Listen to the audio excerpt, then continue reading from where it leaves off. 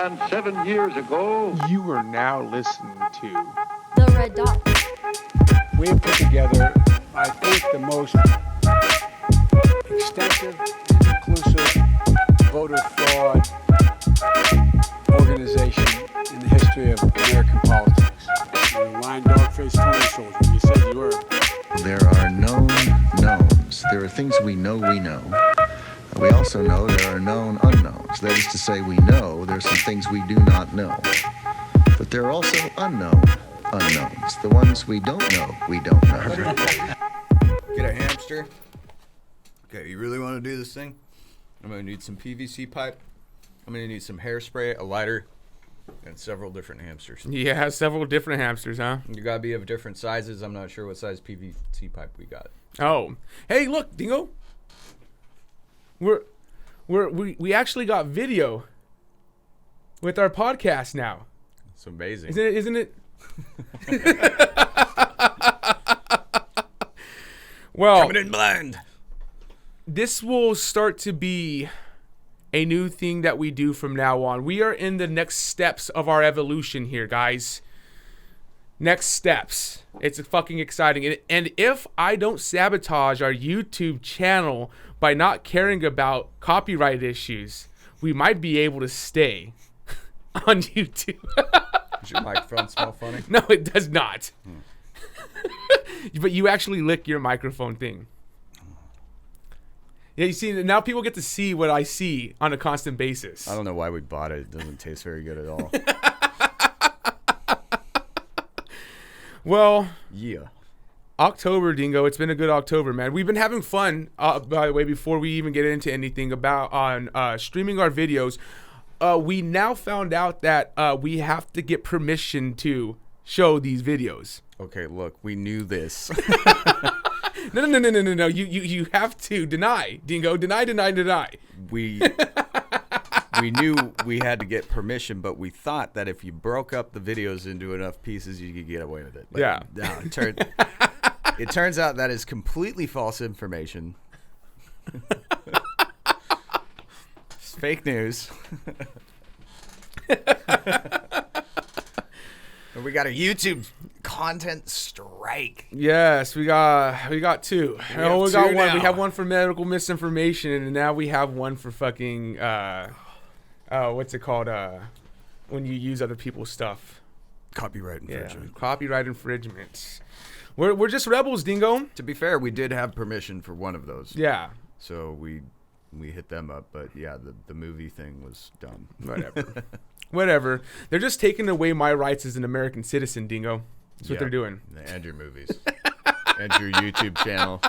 Possibly your bank account. Whatever. We're going to go to Rumble, so fuck this place. Maybe even your freedom. Anyway. Because I'm bailing shit, bro. If I hear a knock at that door, I'm out this window. Sorry, man. It's been fun. Later. Are you going to bail ship and bail life? Is that what you're saying? Dude, no, I'll make it down. But, dude, that website is, I'm going to kill switch it before you can even get up there and be like, I had a partner. They're going to be like, I'm going to delete my existence from the earth. They won't even be able to, my mom will lie for me. She'll be like, I never had a son. I never had a son. What? What are you talking about? A son? What's up with all the weird Photoshop president pictures you have all over the house?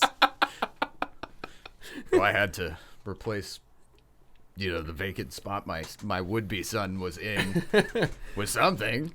Oh, and by the way, guys, we don't lie when we say we're constantly drinking when we do this podcast. Like, this is Miller Lite water. Yes. Okay. 0% alcohol. And here's my wine. 0% wine. 100% juice. And to our audio listeners, you just need to start coming to the YouTube channel while it's still up to watch the podcast. Yeah, why you not? can see this makeshift studio. Anyways, what do you got for us today, Dingo? Well, bring your Febreze, man, because this shit stinks. So, we just love to mess with other people when they start to get like as powerful or are potentially more powerful than us. Yeah. So anyway, we're pissing off China, which is fine. This is fine. Yeah. So they want answers because a U.S. nuclear submarine was damaged while it was lurking around on the bottom of the ocean Oh yeah. near China. So it's got to be something like 9,000 feet deep. And China's like, we want all of these questions answered. China is severely concerned about this accident. So this came from the Chinese Foreign Ministry spokesman Zhao Lijian. Mm-hmm. Li Jiang? Li It's Jiang. probably Li Jiang. The U.S., as the side involved in this incident, should inform the relevant details, including the location, the purpose of this navigation, details of the accident, what did the submarine run into, is there nuclear leakage, did you damage the local maritime environment? Like, we need to know you just crashed a nuclear submarine off the coast. You know what, man? That sounds a little nefarious. Well, like, what are we doing there? But see, here's the thing. It was actually a very drunk Australian. See, they don't know how to drive these things. Oh, okay, apparently. that's what it is, huh? And it's gotta be, dude, because there's no way. Could you imagine being a U.S. Navy officer who's, I don't know, operated a submarine, maybe driven one for your whole career, and then you crash it at the bottom of the ocean, my question is, off the shore of our like angriest superpower that freaking hates us right now? So my question is if you wreck the submarine, obviously they're all dead, but does the nuclear core stay active? Yeah, I think so. Oh, I mean, God. Well, nuclear stuff has a half-life of thousands of years. Yeah, that's what I'm saying. So is there a fail-safe there to where if the ship gets destroyed, it turns off the nuclear core? That's my question. That's a very good question. I unfortunately don't know enough about nuclear technology to tell you the answer to that one, but we can try wiki it. We'll go down a wormhole later. But anyway, I don't know. To me, that sounded like these are all necessary questions. If somebody crashed their car in my backyard, the very first question I'm going to ask is there radiation leakage? Yes. Do I need to get a hazmat suit? How do you just crash this nuclear powered motorcycle? What were you doing in my backyard? Yeah, what were you doing in my backyard? What is the purpose of your travel today?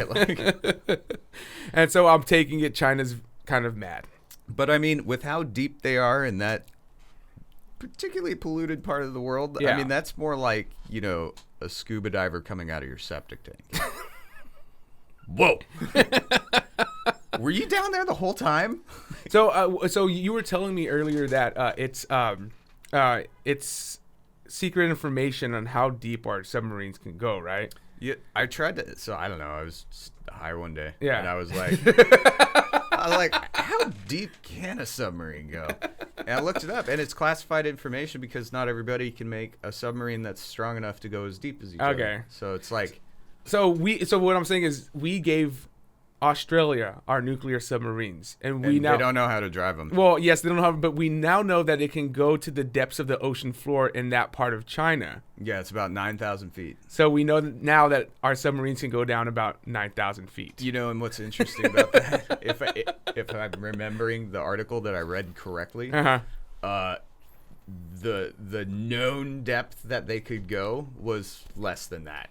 So Oh, really? I think this is it may have just blown something a little bit, because I think the number I read was like, we know for a fact they can go at least 6,000 feet. And this thing's like literally like laying on the bottom of the ocean with some drunk guy driving it. Well, drunk dead guy driving at 9,000 feet. Now that's the deepest that's the average depth. Yeah. But the South China Sea actually goes down to a depth of like 19,000 feet, which is it's over 3 miles. Yeah, wow. So depending on where it was, if it was at I mean, come on, that's Yeah. 3 miles. Yeah. That's insane. Yeah. And so what would you think they would be crashing into down there? If it's not a ship, what else would it be? Oh, it's Gary Busey, of course. It's always the answer to everything. They were going to a submarine party, and they ran into Gary Busey's submarine because they were like, "Dude, where are you? You got to put on the sonar, Busey. What sonar? Glass. Whoa. I heard that. Did that mean I found you? I can see it. It's Gary Busey, bro. Yeah, you know what? And Gary Busey there's a well-known fact about Gary Busey that he can breathe underneath water and can survive any kind of pressure. Period. Those are all sound clips. I found this really awesome channel called 1 Hour of Silence, I think is what it's oh no, it's called Rise Gamers. But every single video is 1 hour of silence broken by the occasional bruh. Which is what we're playing now for the next hour. There's 1 hour of silence occasionally broken by SpongeBob's blue blap or whatever. I don't know how to do that. Was pretty good. Yeah. Anyway, they're great. You got to go check them out. Okay, well, is there anything else about the China debacle here? Nah, not really. That's it? No, I'm just kidding. There's more. So, yeah, they're pissed about the submarine. It's kind of like, what the... There was a lot of stuff in the news, actually, about us pissing off China. I mean, we're at the point where China has found out that we have special ops forces in Taiwan training their military. Yeah. And China's like, you guys are breaking a fucking treaty. So, yeah, it's like, not only did we have a submarine lurking there, we had, what was it? Which is not, it was our submarines that were gifted to the Australians to use. So this is terrible. This is coming from Yahoo News, who I believe reposted this from the Washington Examiner. Which apparently they're not going to get a copyright strike for. Anyway, there were 24 U.S. Special Operations and Support Troops that were conducting secret training operations in Taiwan and have been for at least a year as of Friday. Yeah. Wow. So yesterday we found out that we've been 24. That was a bit of my tongue. That sucked. 24 secret operations, which apparently we're allowed to say that. Yeah. Which kind of calls that into question, but I guess we're not, a socialist dictatorship yet. No Lenin here. No Lenin, no Xi Jinping. No Vladimir Putin. Well, actually, they're probably, if we were to pull the curtain back, yeah, I bet we're exactly like Putin. Yeah. In every way. No, I respect Putin. I think that's why he laughs at us. That's why he comments on our videos? He's like, you guys. You dumb Americans. Just be what are. Okay, just be what are. Don't put on sheepskin. Be wolf. He'd do that too. He'd be like, stay jiggy with it. Stay jiggy with it. I can see I love America. Shirtless on a horse. Guy's crazy. But yeah, so anyway, we had 24 secret operations going on in Taiwan. I don't know if our listeners know it, but yeah, China and Taiwan are clashing pretty hard. And, so that these missions actually armed the Taiwanese forces for possible assault from the mainland. Yeah. Well, I mean, and it doesn't help that we have dozens and dozens of aircraft carriers and ships over there hanging off the fucking coastline over there, just in case. And that's our excuse, though, isn't yes. it? It's like I'm just here hanging out with my friends. Yeah. Yeah. Yeah, we're just kind of making sure stuff doesn't escalate, and China's like, you need to back the fuck up. Well. Yeah, they were pissed about something else too. Something about trade quotas. I mean, they're just. China's upset about this. China's upset about that. China's upset about this. And it's like we're just like the drunk 18-year-old at a party who's just wanting to look tough. Like, here, Australia, have some nuclear submarines. You don't know what it's like when you're my friend. I'll run 24 secret training ops in your country and arm your people against you. Well, I mean, that's what's happening in Australia. The people are currently going against Australia. Well, so China, just to explain that joke, China says that Taiwan is not sovereign. Yeah. Taiwan says they're sovereign. It's a secessionist thing. And anybody who says Taiwan is a sovereign nation gets silenced by the Chinese government. Anybody who says Taiwan probably doesn't like.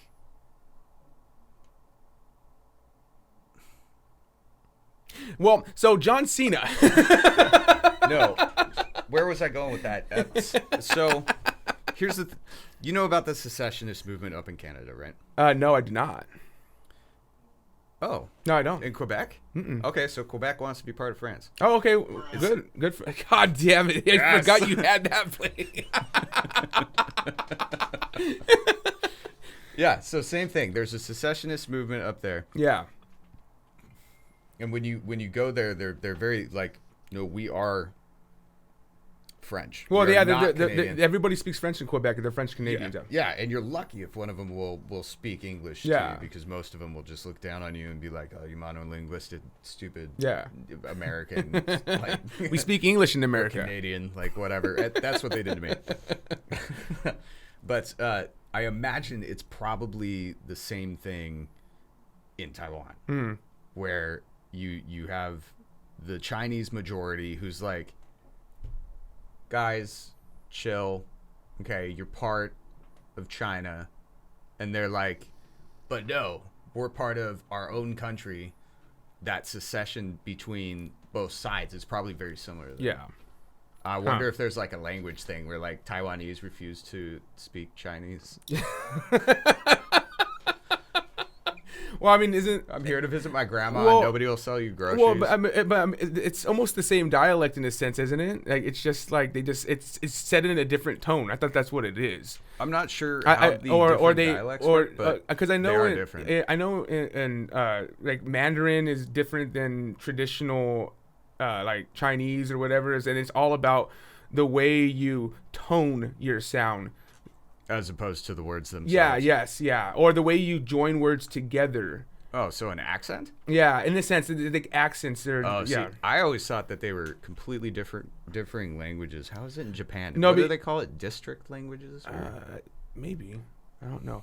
But because so John Cena, just to kind of say what I was going to say about John Cena himself, and I wish I would have played this clip. It's just God damn me, dude.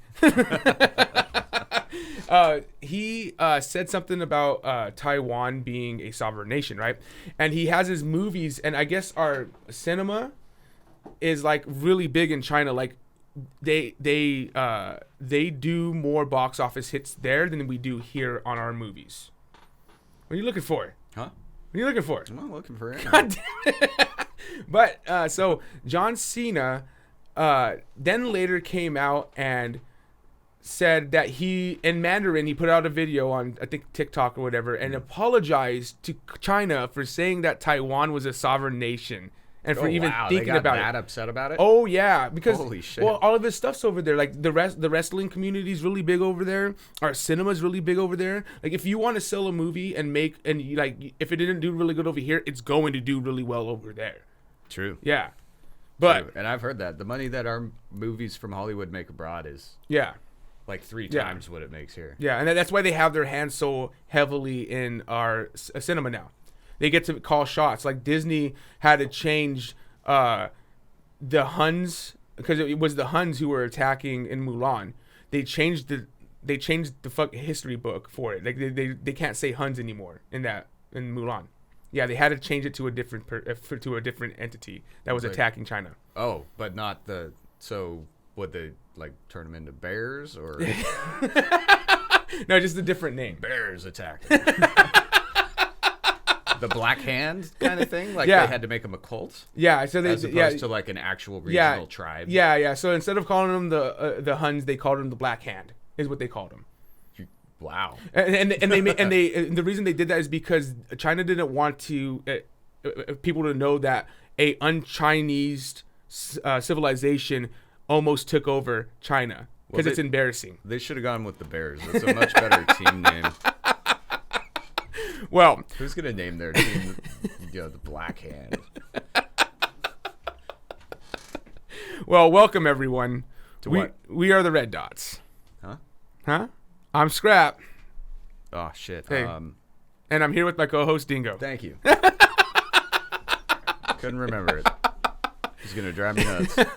So today's show segments are called Science Fiction is Nonfiction, The Zodiac, and we pop tops to the Night Stalker Ninja. And that's going to be a cool one. It's hilarious. It really shows how strong our army is.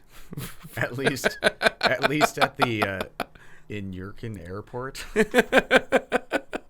If I challenge you to know where that is without Googling it. You can't look at a map, nothing. Just take a wild guess. But before we get into all of that, holy shit, Dingo. Oh, what'd you do? It's fucking finally the last week of Hispanic Heritage Month, buddy. Oh, I thought you were gonna tell me It's almost done.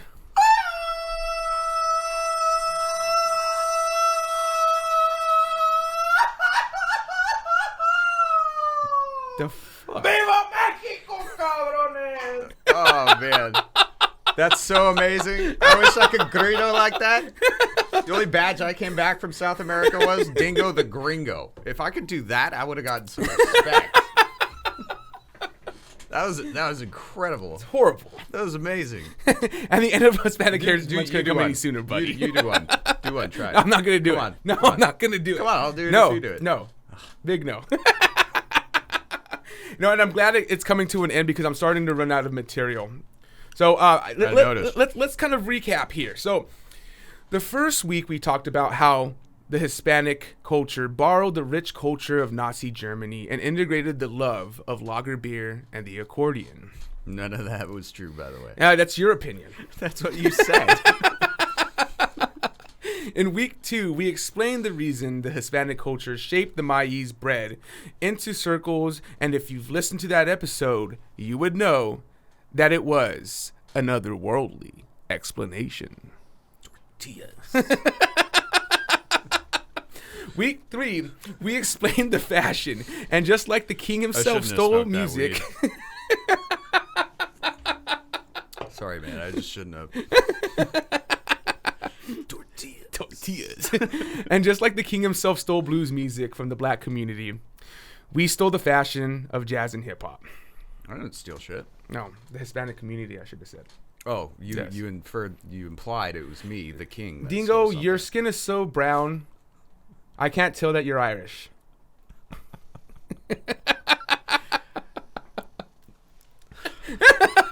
I got nothing. So, I got nothing for so that. for the last week of Hispanic Heritage Month, we will be talking about something that is inherently special about the Hispanic culture. Something that has been passed down from generation to generation, Dingo. Probably stemming all the way Genetics. back to the ancient Mayan. It's work ethic. Yes. That land just That went on was, top. that was excellent timing. Thanks, bruh. Bruh. So, some might say it comes from a tribalistic aspect of farming tribal community. I say it comes from centuries of generational slave labor building those goddamn pyramids. Word. Up magazine. So, a system of theocracy, which means society was built into 3 classes: the divine, those chosen by the divine to serve, and the slave. Which one would you want to be? You know what? I probably want to be the slave. Worth ethic. Yeah. Sure. That's why you want to be the slave. The slave people would be considered the working class, and since the working class did not inbreed, their children were more likely to survive. Strange. Right. Truer than fiction. Or no, stranger than fiction. Sometimes Truer the than truth is scarier than fiction. fiction. Yes.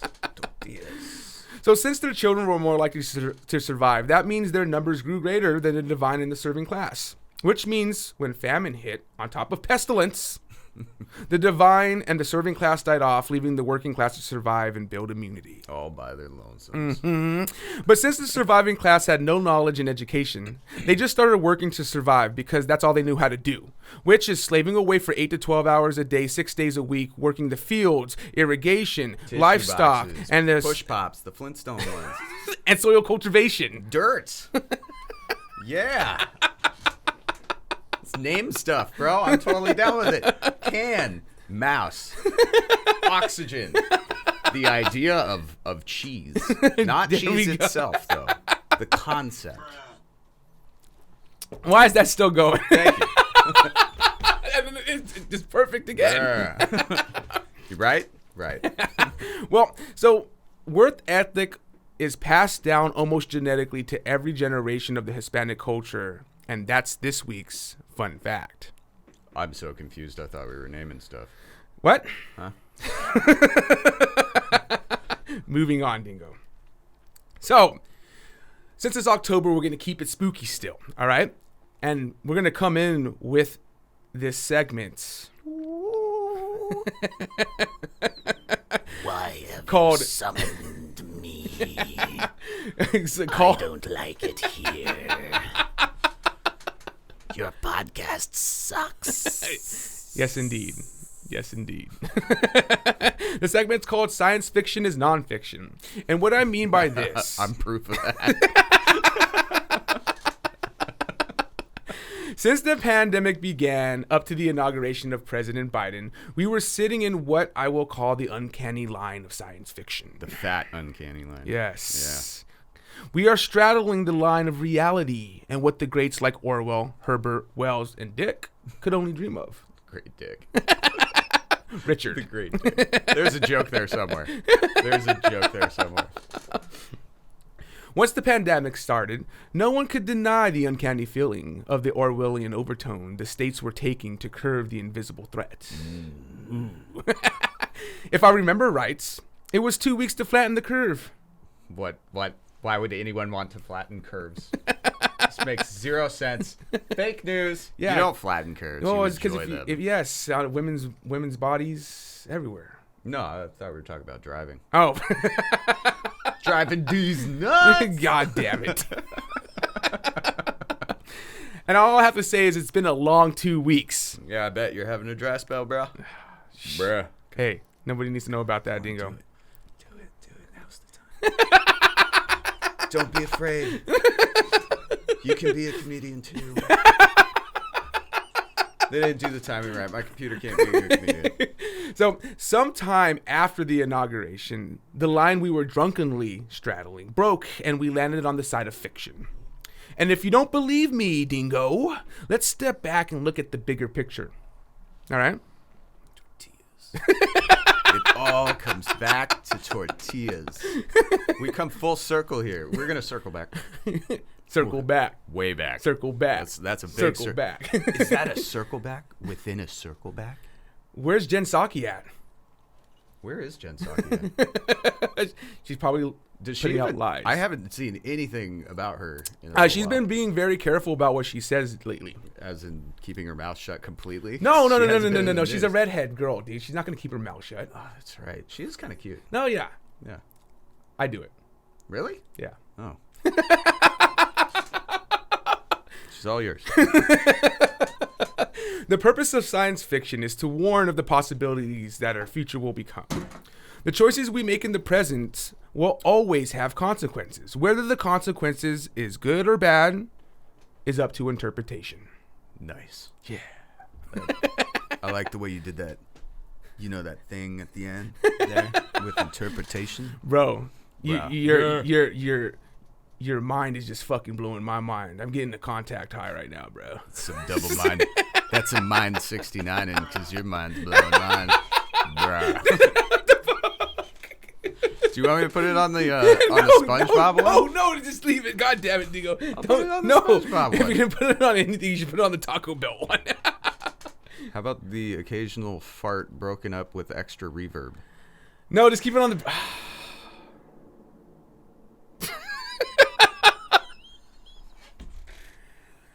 Oh, what an episode. No, we're not doing that one. We're going to do the 1 hour of silence occasionally broken up by sitcom laugh tracks. Yes. Thank you. Yes. Thank you. That feels good. Laugh tracks are great. We should have been doing this at the beginning. We need a button. But we need several so it sounds different. Yes. But sci-fi presents scenarios, Dingo, that are not to predict the future, but to inform us of the possibilities our choices will take us. I'm still on YouTube. I'm not back to the script. Oh, that's too bad, huh? I have no idea what you're talking about. I'm kidding. Go ahead. And the consequences the greats wrote about are starting to present themselves. Well, at least from my perspective. And that perspective is of dystopian. George Orwell wrote many books on the dystopian outcome of society. You can connect many dots with what is happening in America and his writings. Just look at Animal Farm. Have you read Animal Farm? Have you read Animal Farm? Have you read Flammable Flarm? Have you flammed Flammable Flarm? I flammery. Well, it's what we eat on Earth. Sitting there eating a flam. We need to watch Rick and Morty. Yes, we would have to get the okay for that. However, this is our resident lawyer, guys. Just to let you know.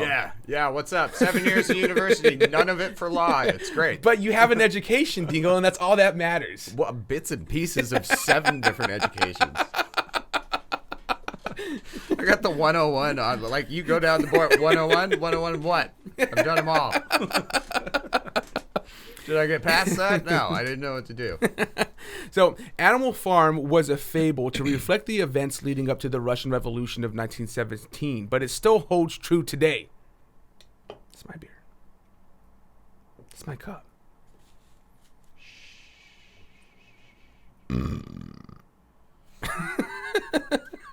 What are you... In the story, the animals rebel against the farmer and try to create a society where everyone is equal. But unfortunately, after the uprising and overthrowing of the farmer, a dictator takes the farmer's place. Thanks. Which, if you believe the media, the rebellion already happened but failed. They call the rebels the insurrectionists, the event Jan 6th, and the dictator Trump. But in reality, the rebellion is still happening, and it's not the people who stormed the Capitol. It's the Marxist ideology currently taking place in our educational and political institutions. Something to think on, guys. And being spread by our activist community. Can you believe it, Dingo? No, why would they do that? There's no money in it. So... God damn it. We need that as a sound too. What? What's behind me? No, we need that. Oh yeah. Yes. That's what's that called? Rimshot. Yeah. Yes. We need that as a, yeah. When we make stupid jokes that don't hit. Dad jokes only. Yes. Dad jokes. Dad jokes only. And all puns. And that's what the button's gonna be said on there. It's gonna be dad jokes. Only. The dad joke button. It's good.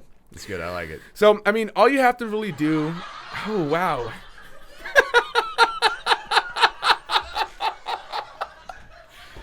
I'm telling you guys, this YouTube channel, Hour of Silence, Random Interruptions, you gotta do it. Get on there.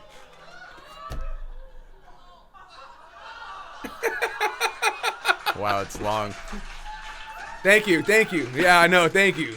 Their name is, Oh, wait, what in the hell? But that's supposed to be on 1 hour of silence, occasionally broken up by D's nuts. Hey. So what is it playing? I don't know. It's okay. It's this one. Well, but I'm glad it's the laugh track. Yeah. Oh no. D's nuts is up next. Well, Dingo, all you have to do is look at the BLM leader Patrice Collier. Very anti-Semitic. Yeah, she is. Is Who she? said? I don't know. Oh, I'm just gonna assume she is. I thought you were rolling into the ending credits thing. No. Ending notes. But so she said in an interview that she is a Marxist. So being the Black Lives Matter leader and a Marxist means that the values of Black Lives Matter also includes the Marxist ideology. So let's watch a clip of her saying that. Oh, okay. Mm-hmm. All right. I was gonna ask. She could be a Marxist and stop the rebellion. Hey, no, dude. Hey, we need to fucking. You can smell my wine. People need to see this, Dingo. The rebellion will not be televised. Yes, Dingo. Yes, it will. Yes, it will. Dude,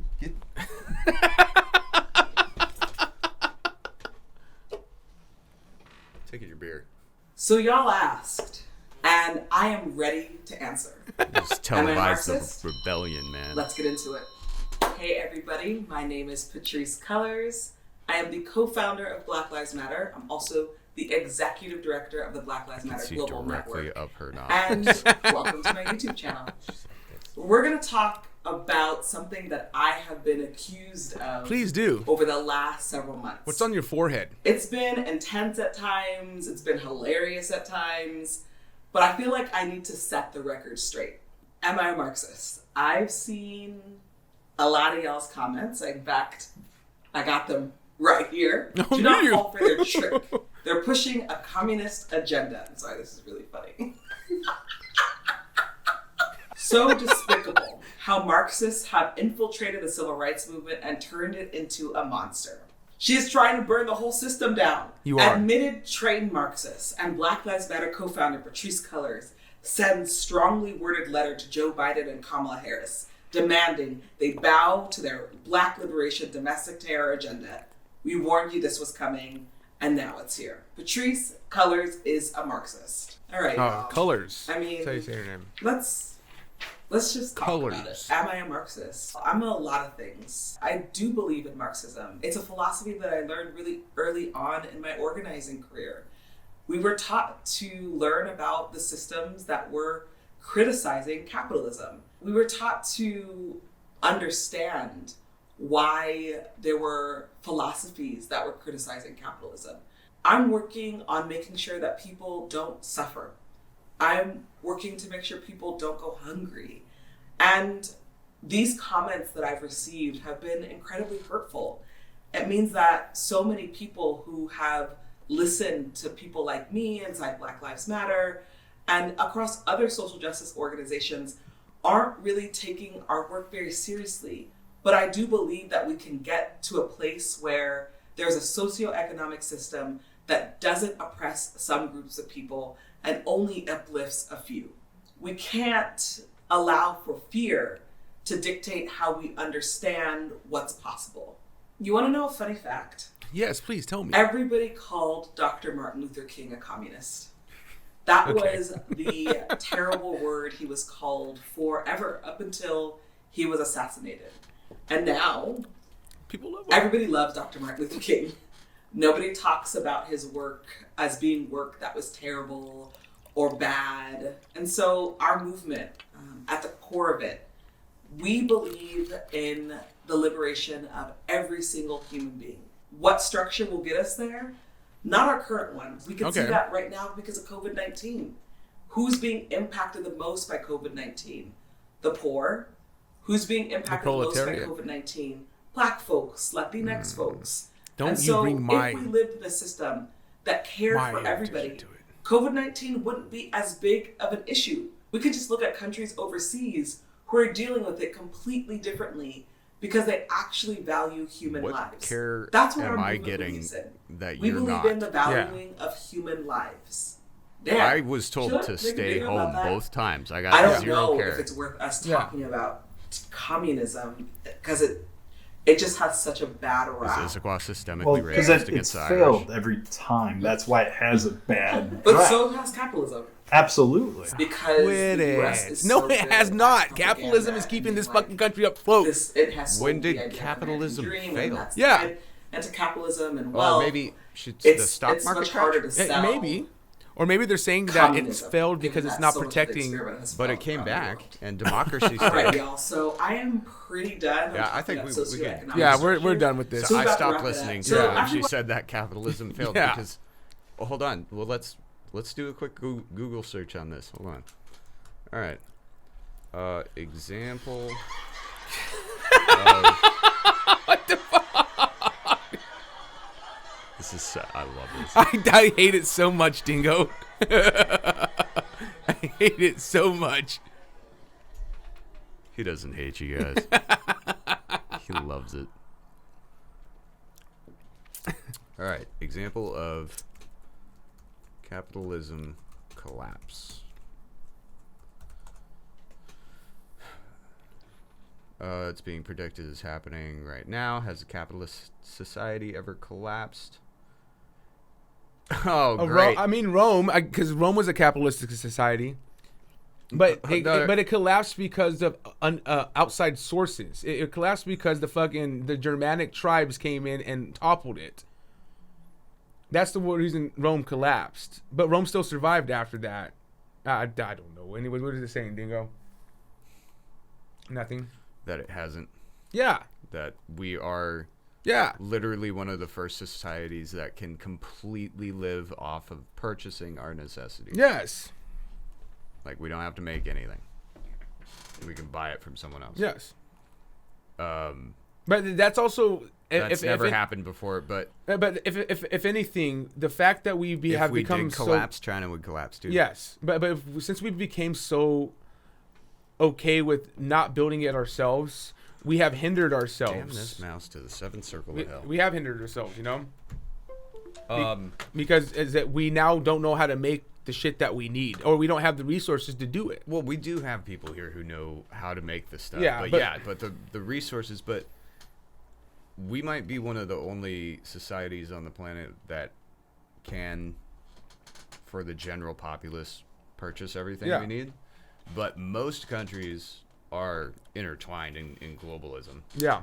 I mean, there's not much that we could do to, like, I don't think any country that relies on us for their exports, to purchase their exports, could ever, like, truly isolate themselves from the United States and that sales market. Because really, that's what we are. We're a sales market. Yeah.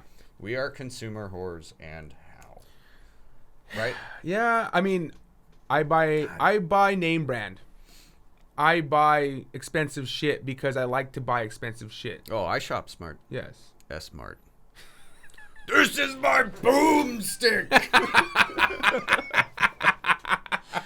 But yeah, I don't get it at any S-Mart. I just don't understand her. It's like the current system's not working, so we need to replace it. It's like no.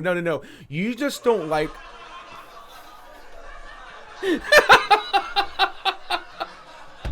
Thank you. Thank you.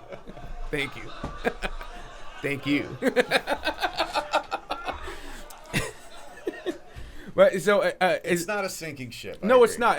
And the fact that she says this is the reasons why we need to change it is because of systemic racism, and that's more or less what they're saying is like, well, the system itself is systemically racist, so in order to really include everybody else, we need to take away capitalism because it's systemically racist. It's like no. Which I understand. I understand the want to get rid of systemic racism. It's wrong, and I understand that, but that doesn't mean you have to then just throw everything away that we built and that's what kept us afloat. We just need to patch the holes is what we need to do. Well, but that's their argument, though. Yeah. For the most part, from what I understand, is the belief that the racism is systemic basically means you have to destroy the system. Because it's so deeply ingrained in the system that we have to start over. Yeah. Which is really silly because one of the coolest things about our democracy in general compared to other types of government is our government is there for control. Yeah. And in our government, it is more beneficial and easier for us to change things from within the system than it is to crush the system. Yeah. That's why it's so survivable. Because it's like, oh, you don't like things? Well, you don't have to run up there and shoot the czar or go to war or anything. You can literally get a group of people together and change the system from the inside.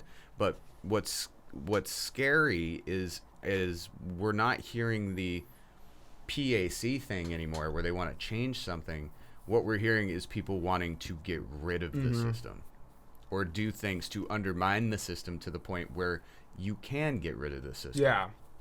So, I mean, that was generally kind of Marx's theory is that eventually a democracy would topple. Collapse. Yeah, because of the proletariat uprising. Right. And it would eventually go into a socialist society. Yes. What you have here is somebody who wants to make that happen. Yeah. They're trying to force it to happen because it's supposed to happen. The prophecy says this is supposed to happen. Right? It's a prophecy. It's culty. Yes. It's culty. And it's the future you want to fight against. You don't want this future where everybody is poor and money has no meaning and nobody's willing to do extra work because they don't get anything for it. Yeah. Nobody's trying to better themselves. Everybody's just doing their their minimum, whatever's mandated, 8 hours a day, Yeah. would probably stay 8 hours a day if you went pure socialist and everybody got a piece of everything. But if you're not making any profits over other people, nobody's working hard to produce a product. Our money can't buy anything. Yeah. Like, why would people want American dollars so they can come over here and buy what? Yeah. No. And also, even if you say that, like, that's a dystopian future. Our value of our dollar is grows lesser and lesser. I think China's value of their current currency system is higher than ours. But yet people still look at our dollar as more valuable, even though it's not as valuable as they think it is. It'll fade. You think so? It's going to happen? I think it's already fading. I Yeah. think a lot of people there's the people who do play the index funds and they do the currency trading Yeah. and all this stuff with crypto. I think people are paying a lot of attention to actually the value of the American dollar, Yeah. especially when it comes to Bitcoin. Yeah. Well, Doge. but so China just before not to go too far off of this subject, but China just went through and it is illegal to do any type of mining of Bitcoin. You can't even use it in China anymore. Any kind of cryptocurrency, it's gone. They banned it. It's done.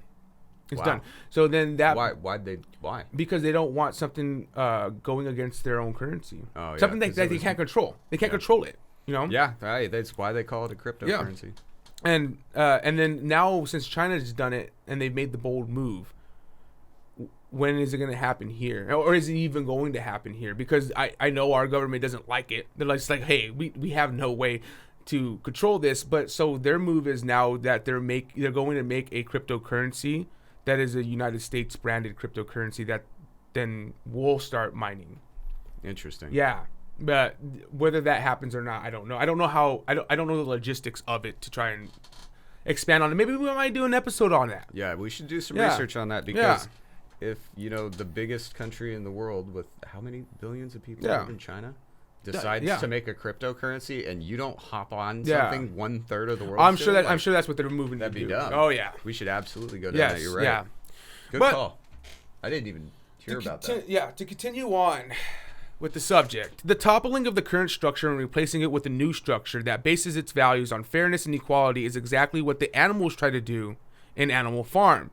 But just like we saw with the toppling of the Tsar in 1917 of October, it's October right now, and replacing it with the Bolshevik Soviet Union, which held Marxist ideologies at its chest, gave way to the dictatorship of Lenin and continued to Stalin and ended with the Gorbachev.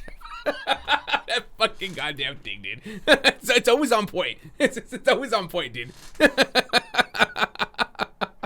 I have two of them playing now, the laugh track and the bra, but they're offset. What do you guys have? We got a drunk sound engineer. He's just hitting buttons whenever he feels like it. Brr. So, which now, from what I'm seeing, we're slowly crawling to repeat history if the progressives and the liberals get their way. They constantly speak of rebuilding the structure. Our current system is not working and we need a new one. Build back better. But that's just touching the surface of this subject. We really don't see science fiction until we start looking at books like 1984 and Fahrenheit 451. When looking at the allegorical interpretation of these two books, we are no longer looking at America. We are looking at the entire civilization itself. And that's what's fucking scary. Because of everything that is happening around the world. It's like all you have to do is pick up one of these books and fucking read them. And then you can sit there and be like, oh, that's Australia. Oh, hey, that's China. Oh, hey, that's this. That's what we're doing currently seeing statewide. Just statewide, So let's start with Fahrenheit 451. The book at its core is about censorship and the removal of knowledge. In the book, books are outlawed, and we use our socialist program, which are firemen, to replace and to police the removal of books by burning books and punishing those who have books. This is a way to keep people from questioning their state of mind and the government, a way of manipulation. In the book, a way of escape from the day-to-day life is the parlor walls, which is a large screen that takes up all the walls in the living room. The parlor walls is a place where people can vicariously look into other people's lives in almost a hypnotized trance, constantly looking at what other people are doing and communicating with them through the screen. You make that sound so much creepier than it read. Oh yeah, but that's how I see it in my mind. Yeah, but I mean that just the way that it was described in the book made it sound much more normal. Yeah. Well, but that was the whole point of the book, was normalization to that thought. Yeah. You know, so the parlor walls are the only way to digest information. And that kind of sounds familiar, right? You know, Facebook, Twitter, Instagram, and TikTok. It was perfect. You could have one on each wall.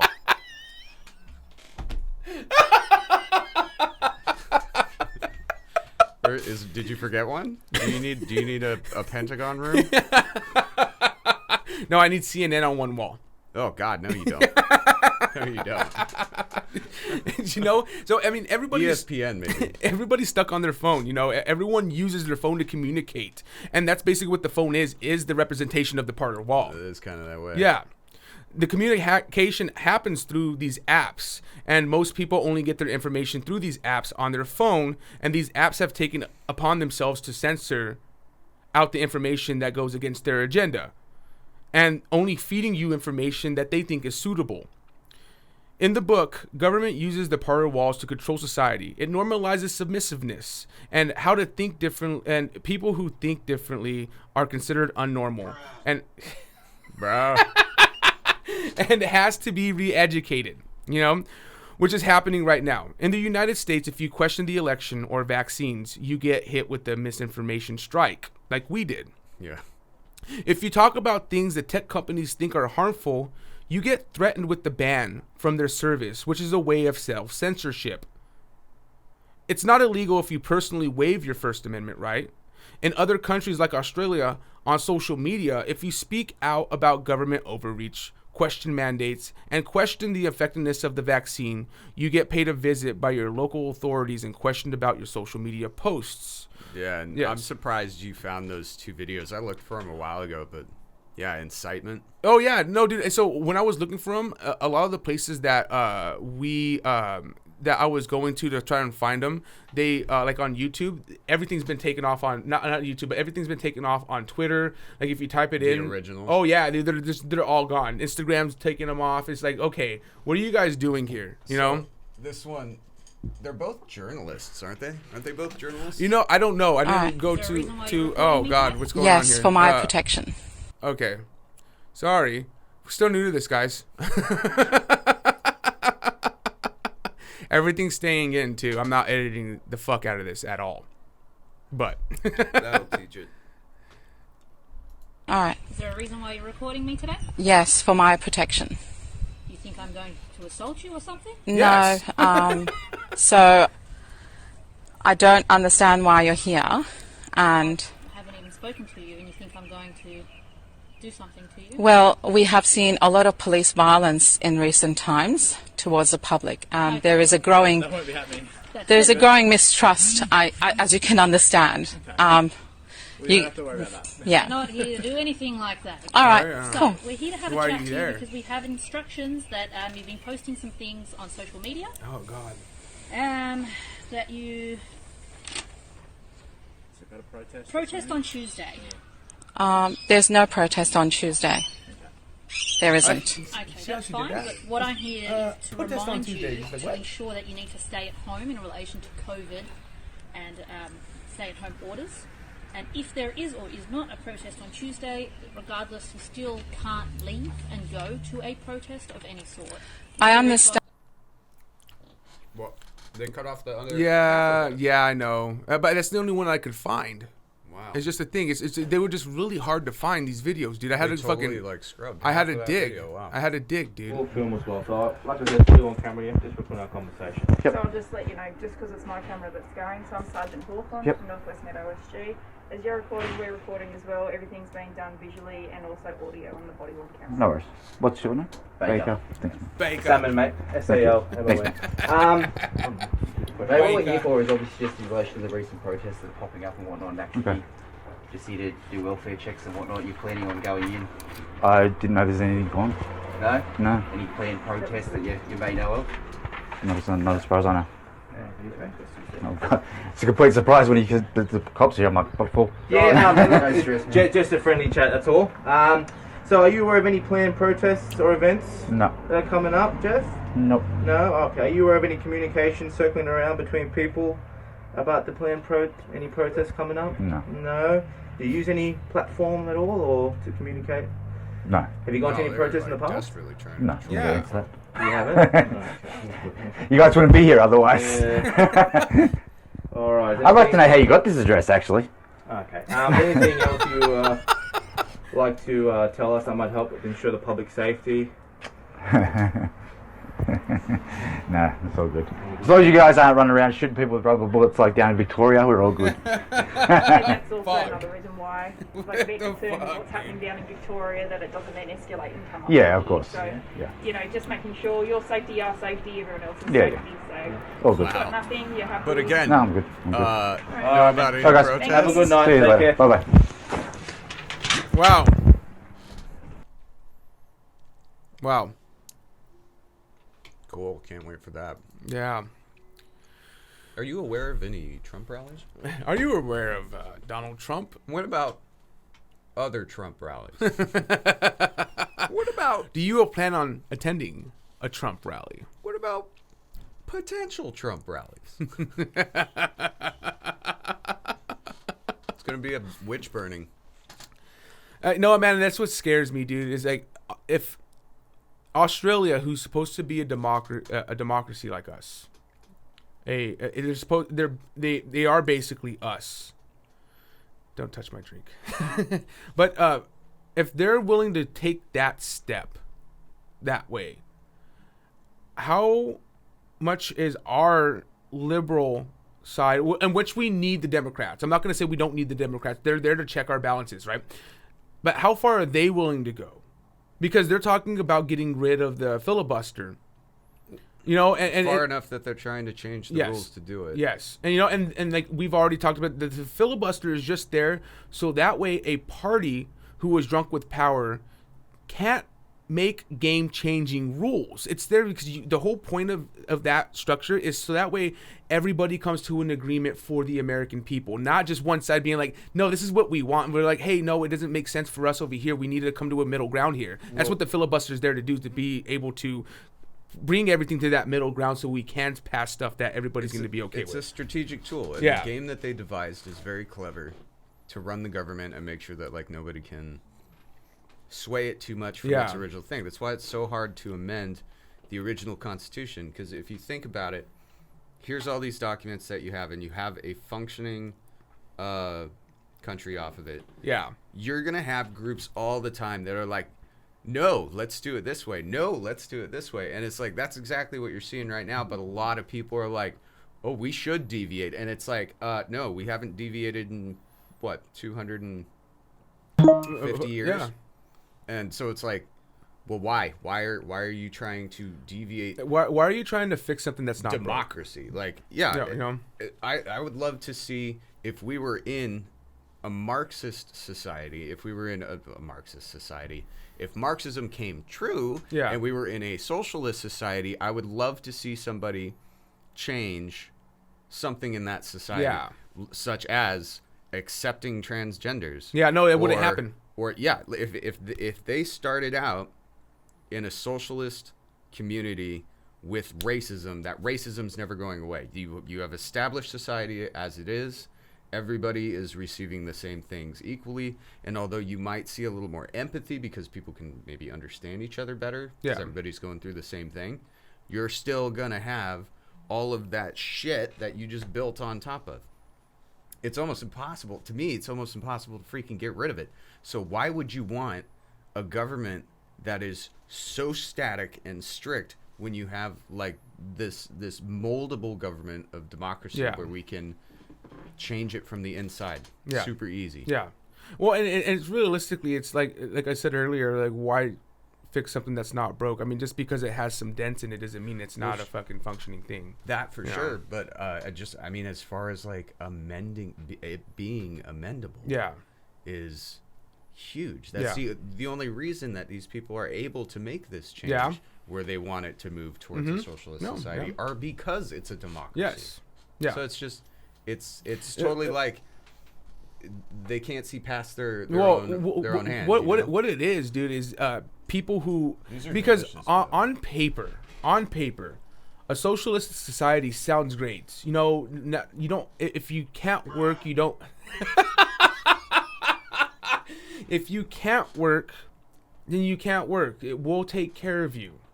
You know, if you need help with your medical bills, we'll take care of you. The community will take it. That sounds so great, but it's not realistic. No. It's not at all. And since it sounds good on paper, these people who want to preach it, they've never been to an actual socialist society. How about they fucking go live in fucking Russia for fucking 6 months and see how they fucking do? Like, no. You guys are gonna you guys are gonna learn really quick. Well, all they gotta All they gotta do is spend a significant enough time at a bar to get bar buddies until you realize what socialism is. It's the four of us take turns buying this motherfucker drinks because he never brings any money. Yeah, but we want him to come out because he's the funniest dude in the room. But he takes advantage of us constantly. Yeah, eventually you stop buying the guy drinks. You're like, dude, no. But to get back to the clip, I like how the cops, like, they never gave a verbatim reading of what they were accusing him of at all. They didn't. Like, they just like, so you have a social media post, and we see that you post on social media. And what did they say? Protest? There is no protest. And he's like, okay. It won't be televised. Yeah. You know, it was like, and you know, and what it makes me think is, it seemed like they were fishing. Well, yeah, no, that's what it was. They were profiling people who were posting certain stuff on their social media, and they heard of a protest. So what they were doing is they're going around to these people who post certain stuff. Spots. Yeah, and they go, hey, we saw that you posted some stuff on social media that's a little weird. Protest? No, there's no protest. What are you talking about? Okay, we just wanted to make sure you're not going to the protest, right? So do you think they knew about a protest, like, or do you think they made it up? You know what, man? I wouldn't be surprised if they did make it up. See, that's what it seemed to me. Like, they made it up and they were fishing. It was that was their reason. Yeah. In order to be able to come here, we had to have a reason, and that's what it was. We heard about a protest. Yeah, no, it's an authoritarian scare tactic to make people submissive. You know, it's like, hey, we see what you're posting. Oh yeah, we heard about this. If you keep on posting what you're posting, we're gonna come and see you again. I'm surprised those cops went along with it. Yeah, you know, it's wrong, dude. I don't know. And you know what, man? And Australia is taking that big step towards totalitarianism, dude. Like, it's scary. Well, they got nuclear powered submarines. Hey, they got the arsenal. They can do it. No, but this brings us to 1984. Big Brother, you know? Yeah. So 1984 explains the outcome of totalitarianism, mass surveillance, and a repressive government control on individuals' behaviors in society. I almost feel like you're controlling it. Is it really hitting on that point? Like that? That was at 34 minutes and 42 seconds. Wow. It's almost like it was destined to be. I think so. So I can sit here and beat the dead horse on government overreach and how the Biden administration, China, Australia, and every other government is doing it. Which, realistically, if we were to start with America, we would have to jump back to 9/11 and the Patriot Act. But we only have so much time on this podcast, Dingo. So we'll just have to talk about private industry. They're making this tale come true, and ultimately will be the nail in the coffin if we let them continue to doing what they're doing. I mean, really, they're just a government contracted way of making this happen. And that's what I think and I believe.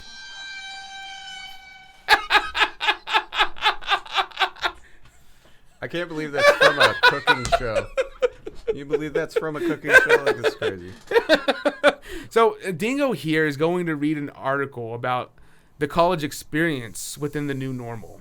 tell me what to do. I just bit my cheek. I can't use my mouth today. And you're going to hear how this affects the new generation, because this is a new generation thing that we're going to be talking about. It's fucking scary. And when I was reading it, I was 1, outraged, 2, scared, and 3, very, very, like, not wanting to see the future that is coming. Well, this is my first foray into. I didn't read it. Yeah, I know you didn't. Oh, okay. But yeah. But he is going to read it to you, and he didn't read it because I wanted to get his first-hand reactions to what this article is saying. And Dingo's just a very good reader, unlike me, so he doesn't need practice sometimes to read out loud. Exam anxiety? How remote testing proctoring is creeping students? Yeah, that's the name of the. This really is it. Yeah. That's I didn't expect this at all. Yeah, so it's written by The Verge, and that was just the name of the article. Oh. So. Okay. Yep. And who is it written by? That should be up there too. Monica Chin. As schools go remote, so do tests, and so does surveillance. Yes. All right. So the stranger on the Zoom call appeared to be sitting in a tent. He wore a black headset and a blue lanyard around his neck. Behind him was white plastic peppered with pictures of a padlock. Hello, The stranger intoned. my name is Sharath, and today I will be your proctor. Please confirm your name is Jackson, and that you're about to take your 11:30 p.m. exam. Correct, said Jackson Hayes from his cinder block dorm room at the University of Arizona. When he'd signed up for an online class in Russian cinema history. And he's currently living it. He'd had no idea it meant being surveilled over video chat by someone on the other side of the world. Hayes learned about it via an item on the class syllabus, released shortly before the semester began, that read, Examity Directions. The syllabus instructed Hayes and his classmates to sign up for Examity, an online test proctoring service. To create his account, Hayes was required to upload a picture of his photo ID to Examity's website, provide his full name, email, and phone number. Pretty banal stuff, but it got weirder. At the end, he typed his name again. Examity would store a biometric template of his keystrokes.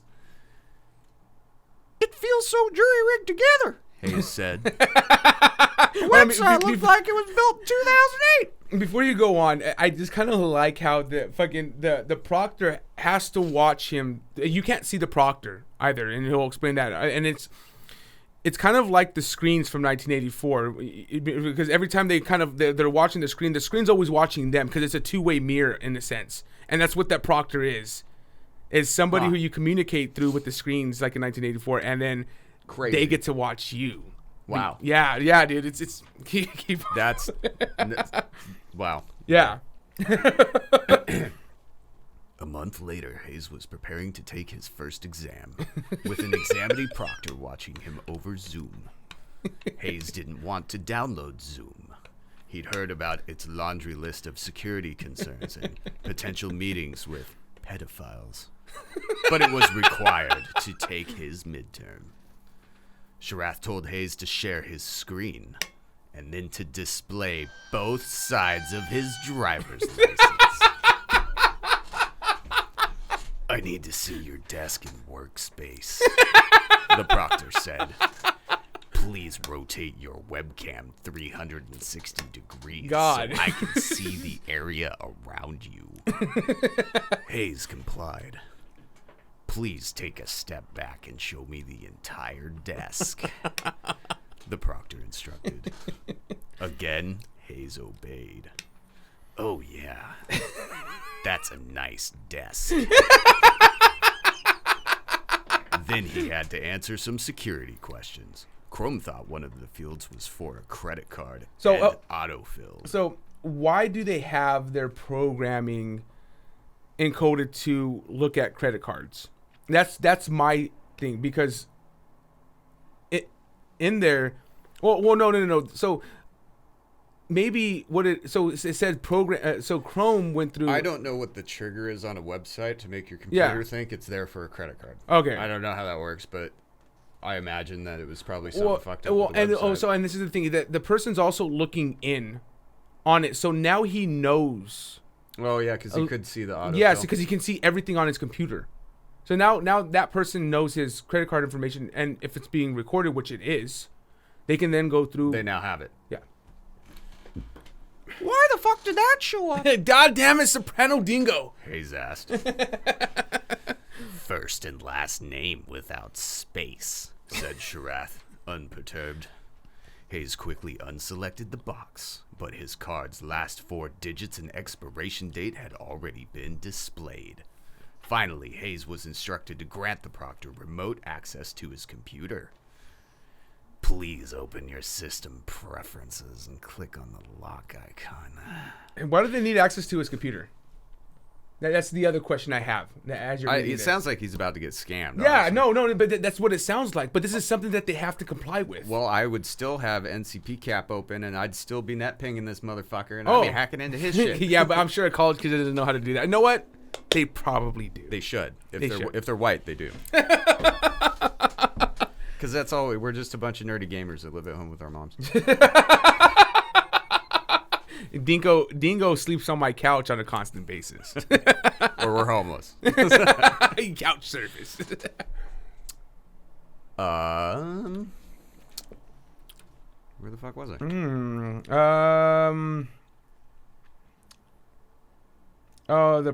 Please enter your computer password.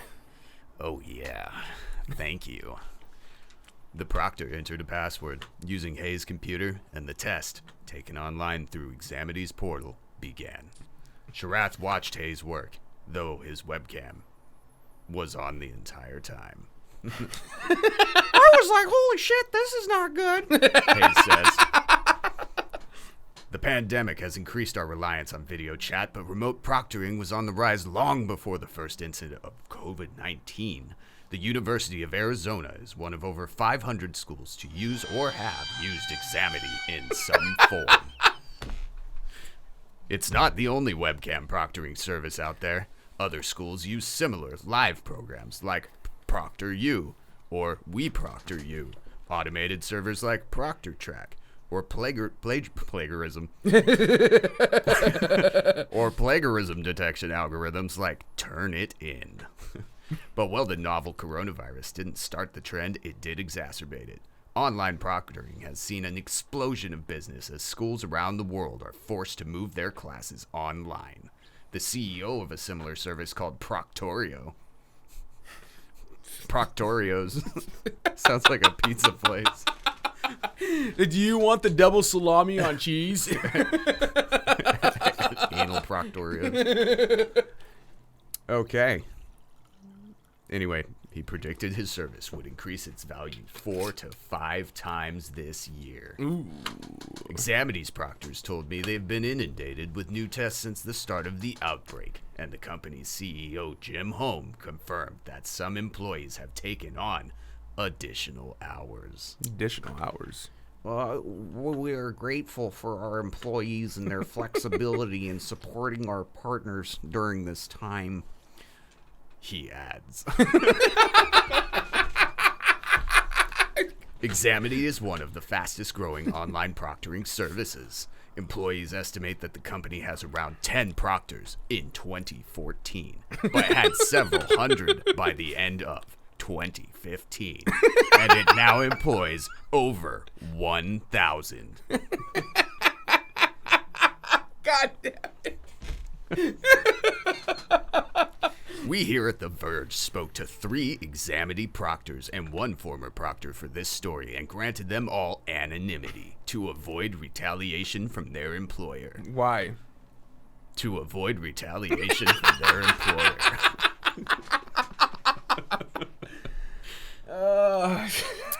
The company doubled in size between 2018 and 2019, and it was named the fastest growing ed tech company in North America by Dr. Doolittle. So we have to buy some stock, Dingo. It was in 2018. Whatever. I mean, we could. Did I tell you about the Bolivian stock market crash? No. Somebody spilled a giant bowl of chicken soup. God damn it. Keep on reading. Did you hear about the robbery on the Bank of Bolivia? No, I haven't. They didn't lose anything. I hate you. At the beginning of 2019, the company estimated that it would proctor over 2 million exams for higher education alone. But students aren't all on board with the widespread adoption of these services, and they haven't been for over a decade. In 2006, a group of students at John McLean High School in Virginia collected 1,190 signatures for a petition against the school's required use of a Turnitin. I don't know how to do a John McClane. Do you want to do that quote right there? I like it. Where's it at? I lost the place here. Oh. Well, it's like if you researched every car in your parking lot and drug tested every student. McLean Sr. Ben Donovan told the Washington Post at the time. And in 2015, after Rutgers mandated the use of Proctor Track and kicked me out of school, in some online courses, a group of students revolted, circulating a petition against it that collected over 900 signatures. Shortly after the petition began, the university announced it would offer students the option to take their exams in prison. It didn't say that. It says person. The University of Arizona's administrators believe most students don't mind the software. All they know is that this is an exception because their professors put it out there, says Kristen Ziska Strange. That's not my fucking name. You better give me credit where credit is due. Goddamn soprano dingo. I need a beer. UA's Assistant Director of Technology and Innovation. It takes some time. Some people get anxious. We have some students who are like, I hate this. This isn't cool. But most of our students understand this is a part of their faculty members. Want them to do. This guy doesn't know. This guy doesn't know how to write. On his campus, he finds the predominant feeling towards examity is screw this. Takashi69, who requested that I withhold his surname to avoid repercussions from his school and gang, is a student at St. Charles Community College in Missouri prison. We also had examity for multiple classes. Whatever. None of his friends like it either. Anyone I've spoken to about it agrees that at least it's a suspicious or annoying thing that they have to do. That guy is so gullible. Here, just type your credit card number on my screen. Don't hit send or anything. Please don't. It's not suspicious. Just go ahead and type it there. Well, I guess. I mean, it seems a little suspicious, and school is really important and will define my entire future. Yeah, so I should just do it. God. Do it. Now that's brainwashing. Yes. You have to go to college to be successful. Don't listen to that shit. Look at us. Yeah. Okay, continuing on. On paper, there's not much difference between taking a test in front of a professor or TA and taking a test in front of your webcam. Whether it's face-to-face or whether it's online, taking a test in general is stressful, says Melody Buckner, Avoisiet Sice Provost of Digital Learning and Online Initiatives at the University of Arizona, wherever that is. Whether it's a professional or TAs walking around the class watching you take the exam, or whether it's someone through a computer, it's stressful. We realize this, and we work with faculty on trying to determine what's going to be the best way to proctor your students and give them as little anxiety as possible. Okay, and before you keep on going, so the difference between a proctor and professor watching you is that you can physically see the fucking professor. I agree. You know? And the professor at no point asks you to like empty your bag or fucking pull out your pockets, you know? Like they don't ask you to see anything. You just come in and you fucking sit down and take your test. And the professor isn't constantly watching you.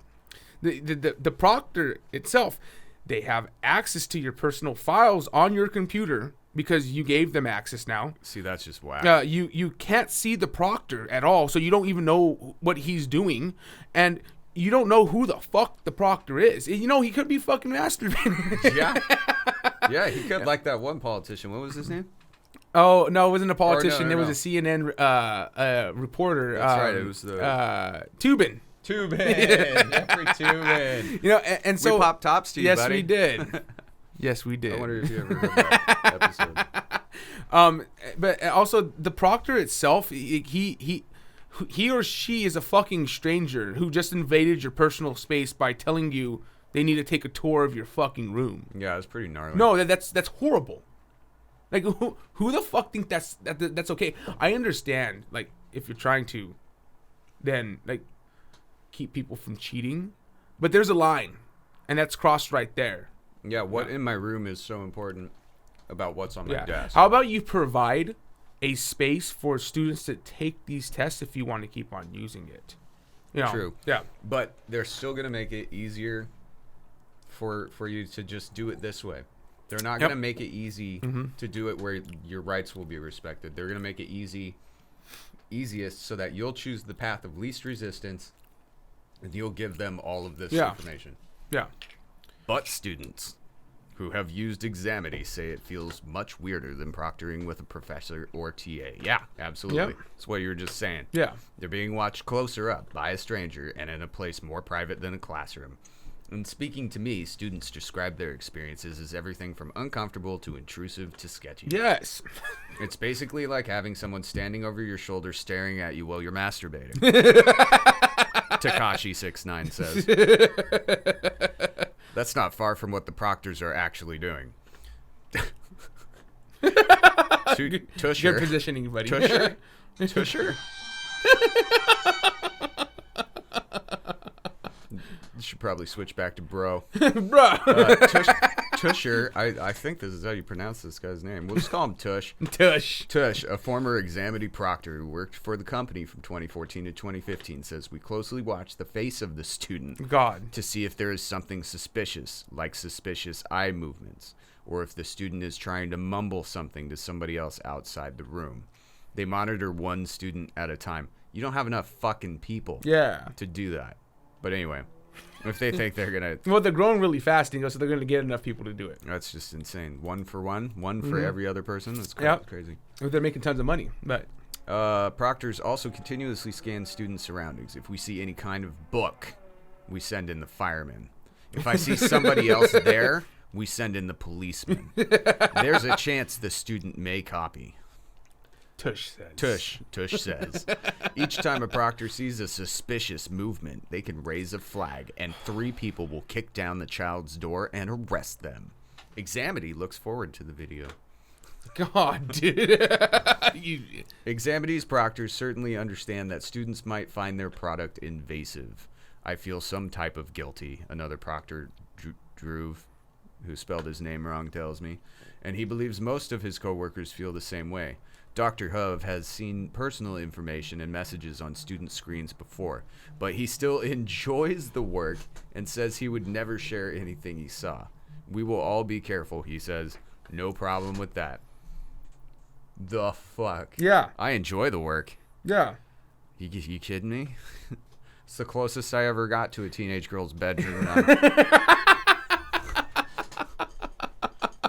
I had a bad childhood. Holmes says the creepiness is a necessary trade-off for an effective service. Certainly all proctoring environments, either in person or online, require a level of monitoring that can present discomfort to students that is not comparable. No, it's not. But is critical to ensure the integrity of each exam. He notes the similarity of the Examity experience to that of an in-person testing center, which might monitor its kiosks with cameras. No. We also understand that's not in my room. No. We also understand that trust is not given but must be earned. You're a stranger. This This principle drives everything we do at Examity, from our hiring and training practices to the technology that enables our platform to the integrity of each proctoring experience. But the company's attitude towards personal data is more concerning. Its privacy policy does little to put naysayers at ease. It states that Examity may collect a number of personal details from students who test with it, including names, addresses, biometric records, driver's license numbers, and passwords. Wow. The company can use such details to analyze usage patterns and share them with third parties. So, well, they kind of have that, because then they couldn't share it with the school. Yeah, well, but this is the thing, though. So they make money from the school because they have to use it, because this is a way for them to assure that you're not cheating, right? But after making that money from the schools, because they're paying them for their services to run these services, they go and sell your then they go and make more money by selling your fucking data, dude, to third-party companies. They're basically doing what YouTube, Google, and everybody else is doing that everybody's pissed off about. But you can't refuse now. It's like, oh, well, this is our policy. So ever since you're 18 years old, you are going to be documented on the internet, because that's it. If they have your name and address and all that, it will be near impossible to have your information removed from the internet. Yeah. We're integrating with the system. Yeah. You will be assimilated. Oh, God. Keep on going on, dude. Okay. So Holmes tells The Verge that data breaches should not be a concern. Examity employs a wide range of security controls. How many times we've fucking heard this? He says, for obvious reasons, we do not disclose specifics about these additional controls. However, we do invest heavily in continuous development and testing of the security architecture of the Examity platform precisely to prevent such a compromise. You could literally take Examity out of that paragraph and put in any company, and they will say the exact same thing. You can put it in Big Brother. Still, Examity's privacy policy is clear that the company can't guarantee the security of personal data. Your transmission of your data to our site is thus done entirely at your own risk. We have great security. No promises. Yes. That is, Examity takes no responsibility for protecting students' personal data, which they are required to provide in order to pass their classes. So students who have no choice but to use this service in order to pass their class put their personal information at fucking risk with no consequence to the company. That doesn't sound right at all. Autodidact, right? Man. Just screw it. What the fuck? School. Rick was right. School is no place for smart people. Thank you, Rick Sanchez.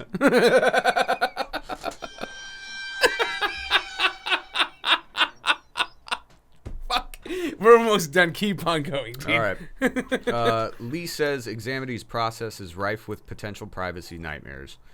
The proctologist software could have a security vulnerability that results in a hacker taking advantage of the remote control capabilities.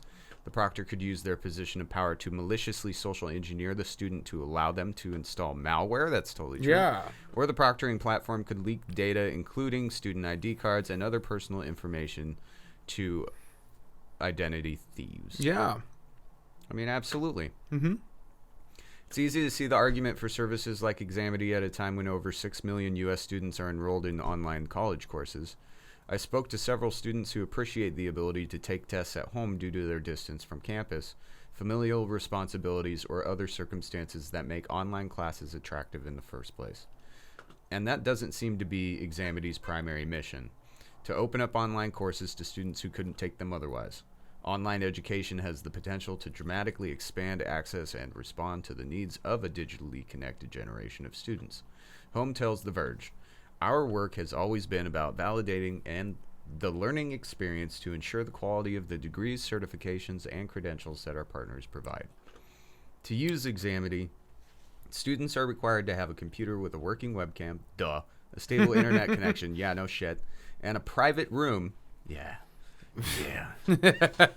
private room. Let me hide my where they can take their tests helmet alone. strapped with dildos. Yeah, right? Where I can watch. Those don't sound like unreasonable asks, especially for folks who are already enrolled in an online class. Just let old Buckner here at the University of Arizona come into your private room with you. No, I totally combined two sentences for comedy's sake. Sacrifice to the gods. Yes, the comedy gods. Buckner at the University of Arizona says most UA students don't have trouble using the software. Students know their studies are going to be online. They realize they have to have certain equipment to be able to. Yes, they do. Yeah. We're not talking about the equipment. No, we're talking about the surveillance. We are trying to accommodate students as much as we can during this crisis. We're trying to cover all of our bases. And that's where we'll stop there with that article. But that's terrifying. No, it is fucking terrifying, dude. Why'd you do that? Why'd you create this monster? Why did you make Skynet? You know what?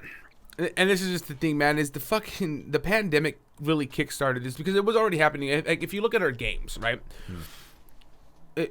If you play Call of Duty, if you play WoW, which it was the one who really started it, you have to let them access your computer now. So that way they can see if you're running other programs. Like hacking? No. So that way, because like aimbots. Yeah. Like, so Call of Duty hasn't done it yet, but WoW has been doing it. So what they do is when you sign their terms of agreement to play the game, you give them access to look at your computer while you're playing it to make sure you're not running third-party programs that are helping you accelerate your game. Yeah, back in Counter-Strike, there used to be hacks that would allow you to do that. Botting, yeah, people would call it. Yeah, but yeah, there was this program for a while that everybody downloaded, and I can't remember what the name of it was. It was like something like EY, like an eye. Yeah. That would run in the background, and it would personally send it personally. It was AI.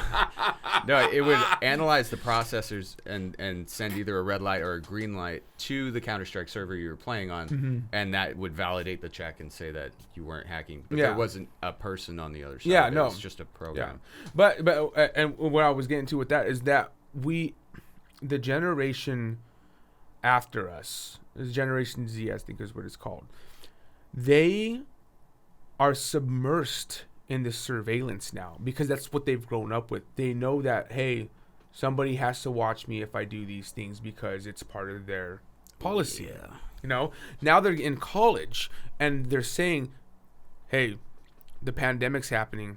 If you still want to go to college, you can't come to school. You have to do it at home and you have to pay us the same amount of money to get the less experience.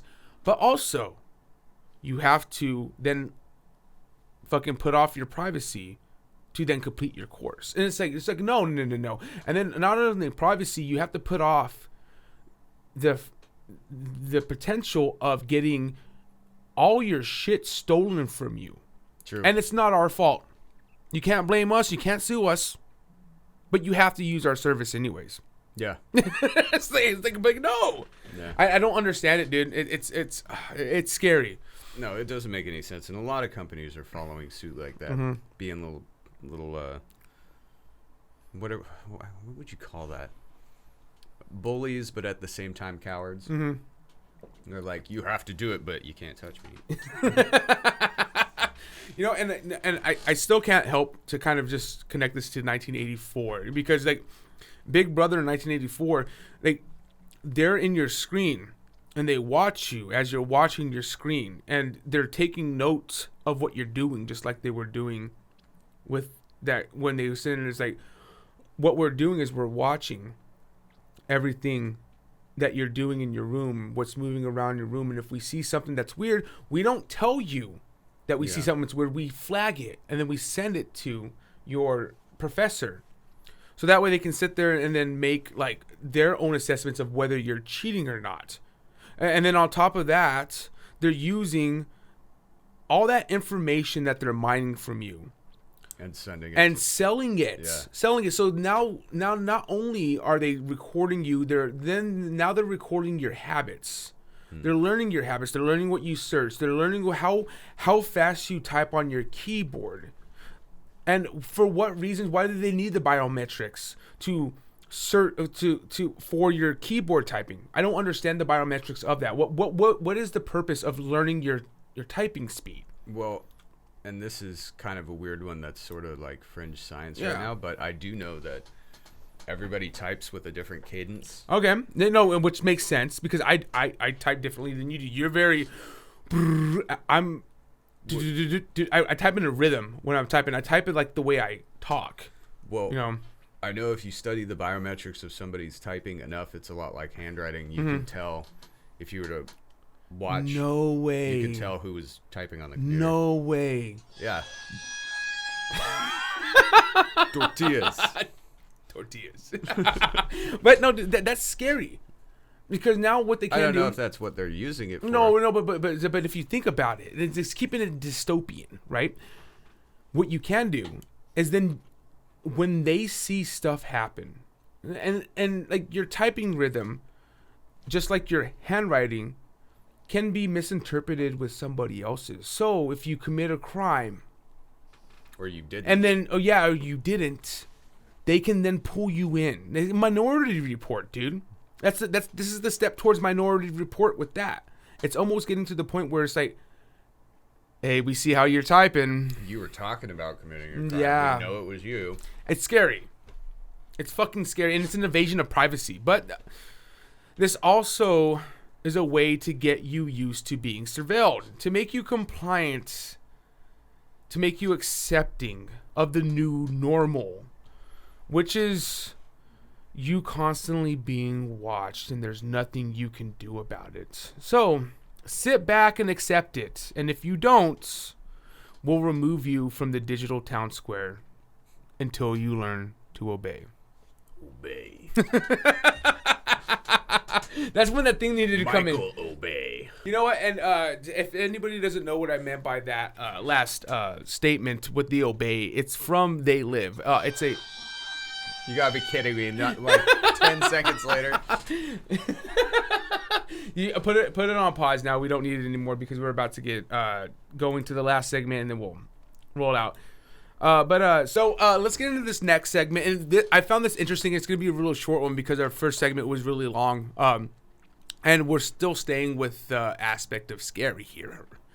So the segment's called The Zodiac, and if you don't know who the Zodiac is, we will tell you here on this podcast right now who he is. We know. Okay? Last podcast on the left doesn't even know this. Yeah. They've never even heard of the guy. Bro, you know what, man? I love Last Podcast on the Left.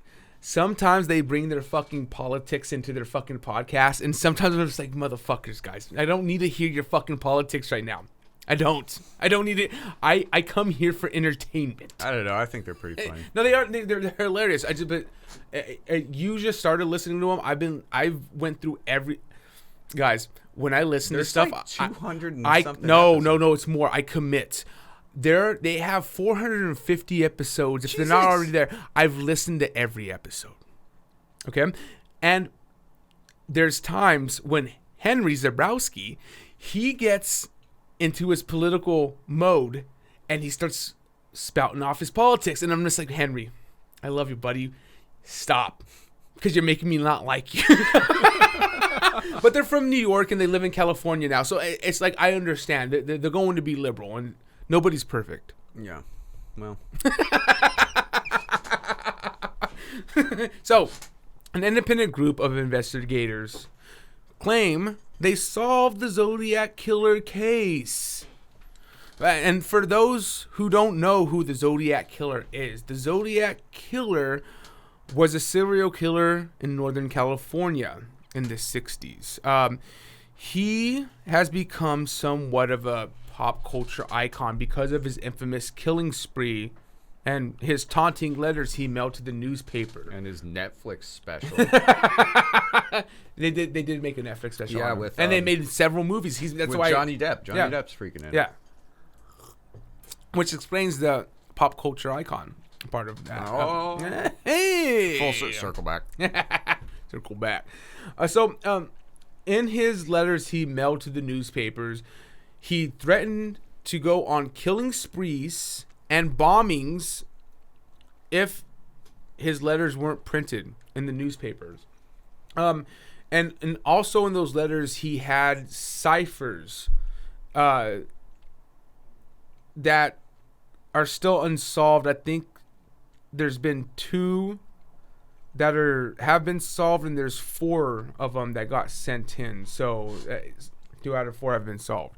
I guess the first cipher that got sent in was solved right away. Yeah, it only took a day. Yeah. It only took a couple of days. The second one took 50 years to solve. And then there's 2 more that still haven't been solved yet. The Zodiac Killer killed 5 people that we know of. But he claimed in his letters that he killed up to about 37 people. And the reason he killed those people is because he was collecting slaves for the afterlife.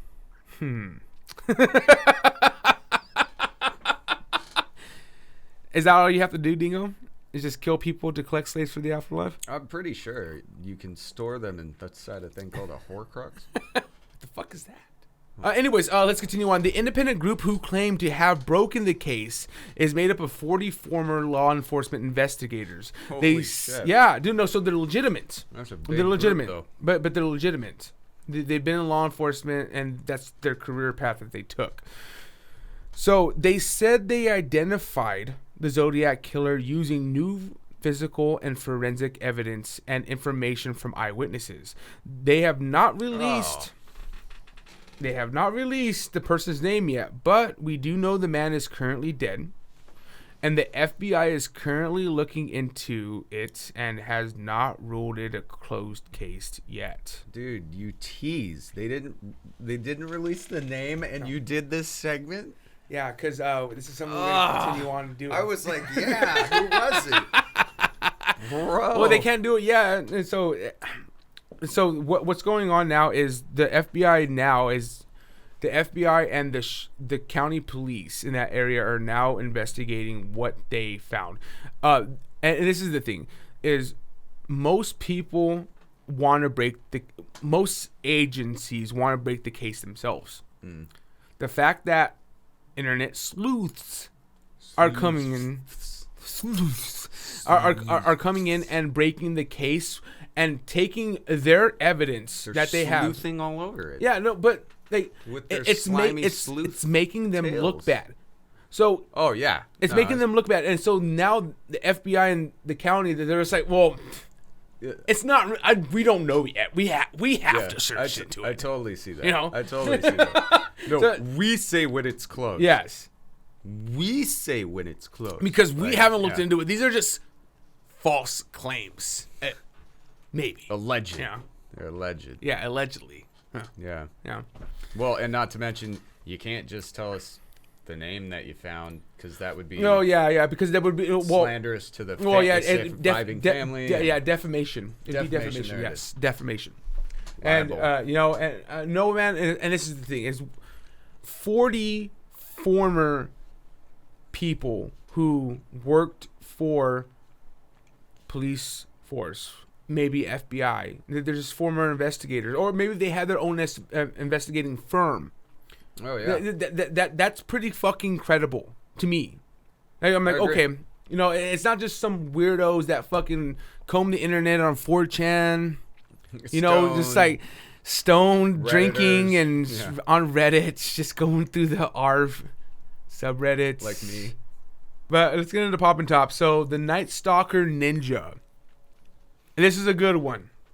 This is crazy. So there was a ninja that attacked special ops troops, known as SOAR troops. They're like an elite night helicopter team. Okay. And they were practicing or training down at a airport hangar in California. All right, so I'll just read you the article because it's pretty well written. So this is by Chad Garland, and it's from military.com. But anyway, okay, so Sword-wielding man dressed as a ninja attacked several special operations soldiers who were training at a California airport, reportedly forcing them to shelter in a hangar and inflicting wounds that required stitches. This is where our special ops are at now. Now I'm making fun. So yeah, now we know where they were, right? It's kind of weird that a special ops guy would just sit there and let somebody walk up on him. But anyway, so it took place at the Inyokern Airport, which is an airfield in the Mojave Desert. We looked at pictures of it. It is petite. It's not a special operations area. Like you can walk up to it. You could probably throw a football at the door. Oh yeah, and nobody will touch it. Yeah, there's no real fence around the place. You can see that there's civilian aircraft that are parked there. So this is a civilian air hangar. But anyway, so the Inyokern Airport is about 100 miles north of Los Angeles, but it was after 1 a.m. And here's how the guy explains his encounter. So the staff sergeant was sitting outside the administration building at the airport hangar smoking a cigarette when he was approached by, quote, an unknown person wearing full ninja garb. No, and I'm just going to put this out there. The unknown person was probably a fucking LARPer who has nothing else to do and is going crazy inside of his fucking room, and he's like, big tubby dude, fat hanging out, and just walks up and looks at the fucking dude with the fucking goddamn katana in his in his belt buckle. But anyways, go on. I mean, I don't know what I picture. I wouldn't believe it either. It is unclear from the records whether the man was an actual practitioner of ninjutsu. Why did they have to explain? I mean, would you recognize ninjutsu? No, if we know he's not a practitioner of ninjutsu. We know he's not. You wouldn't even know it if you saw it. You'd be like, oh yeah, that's Chinese ninjutsu right there. Yeah, I can spot that from a mile away. We'd be like, oh god, he knows karate, and run away. Because I'm white. Beverly Hills Ninja. And I definitely don't know martial arts of any kind. Never practiced them. So ninjutsu is of the Japanese, right? Ninjutsu, I think it's from the Japanese culture, but it's generally just means God, I forget what it means, but assassin. The fighting art of an assassin was established in both countries. But what I'm differing is it's not Chinese. It's definitely Japanese. The Japanese definitely have ninjas. Okay, I'll go so far as to say that. All right. Okay. So the ninja, the ninja asked him. He said, "Do you know who I am?" And the soldier replied, "No." As he's dragging on a cigarette, as he's smoking a cigarette, he lets a ninja get close enough to him to talk to him. I guess. I mean, if I was a soldier, I imagine in 101 they're like, you got to look out for other army guys and ninjas. If either of them get too close to you, you draw your weapon. And those Japanese are coming, buddy. they no longer fly planes, and they're not kamikazes. They come in ninja suits. So anyway, he asks the staff sergeant, "Do you know who I am?" Soldier says no. He asks, "Do you know where my family is?" And the staff sergeant again goes, "No." He said the person in ninja garb began to slash at the soldier, striking his phone, his knee, and his leg. Oh. The staff sergeant took off running across the parking lot to escape the attacker. This is one of our elites. Yes. Okay. Books it across the parking lot, running away from this guy. And then he jumps a fence and enters the administrative building, where he and the captain lock the doors and call 911. So that katana obviously wasn't sharp enough, because that guy would have not been able to run if he slashed at his fucking leg. That would have fucking went down to the bone and maybe broke it if it was a sharp katana. True, but this guy probably got it off Wish. Yeah.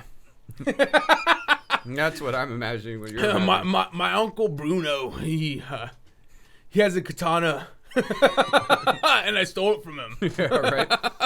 Just a show, it just breaks. It's not even a real katana. It's like a piece of metal stuck around a fucking grip that looks like a katana. But anyways, go on. So anyway, they're in this building, right? I'm calling 911, and the ninja is running around the building, kicking and like punching the doors and Yeah. windows. Finally, he gets sick of that. He runs off. He grabs a block of asphalt. He throws it through one of the windows of the admin building and hits the captain with it. What? Just psh, and hit the captain. Okay. It sounds like a fucking comedy. So But this is like 20 minutes later. The first assistance call was recorded at the Ridgecrest Police Department. And all it states in the log is a man with a sword was in a parking lot and there was at least one victim. That's all they knew. Okay. About 30 minutes later came a second call via 911. And this one said, quote, 26 Spec Op military members doing training at the airport hunkered down in a hangar wondering where help is. Thanks to our special ops. Okay. I don't like making fun of the military. No. But 26 special ops military guys stopped by one guy with a sword. And cowarding inside of a building to keep him away from him. I mean, maybe I don't know what's going on. Yeah. I'm surprised not one of them had a weapon. You know, okay, I'll say this. Just to kind of dig us out of this hole that we got in. Maybe since the guy was so tubby and fat, they knew that if they killed him, it would make national news and it would make their battalion look bad. Or they thought their bullets would bounce off of him. Ooh, because he's made of rubber. Because he's fat. He's that big. They were That like, makes more sense, Dingo. Jimmy, get in here. He'll just absorb them and get stronger. Don't waste your ammo. He'll spit them back out at you. Anyway, so the ninja fled. So he did this. Walks up to that guy, slashes him up, hits their captain in the head with a piece of asphalt, and then runs away and gets arrested somewhere else. It indicates that the soldiers were from the Fort Irwin's National Training Center. Oh, okay. Yeah. So anyway, the incident report photo was shared Wednesday on the Instagram meme page Daddy Sorebucks before appearing on Reddit. Okay. So, but this is a confirmed story then. Yes, and it has resulted in means mocking the company and the battalion. Yeah, you know what? They fucking deserve it. 26. They fucking deserve it. Man, Stop playing footsie like Dingo. 16. If some guy from the 1600s can come and take on 26 of our guys now, war did not evolve. Okay. We got worse. Tinfoil hat here.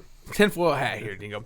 What if a split in time just happened at that military base? Like at most military bases happen, like at fucking Dulce military base. So separate timeline. Okay. And a split happens, and a samurai actually came through the split and is wondering what the fuck is going on. And he rolls up on this guy who now has this magical thing in his hand that is a cigarette. And he's like, how do you hold fire like that? And he thinks it's a coup. And he's like, I slash at you. It's Samurai Jack. He was flung into the future by a coup. Yes, there was a cartoon about that. Yeah.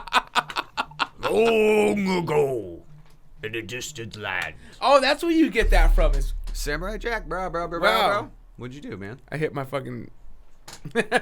Sounded like a truck hit the building. Anyways. So anyway, let's pop these tops, Dingo. Let's pop tops to the company, hold on. to the battalion.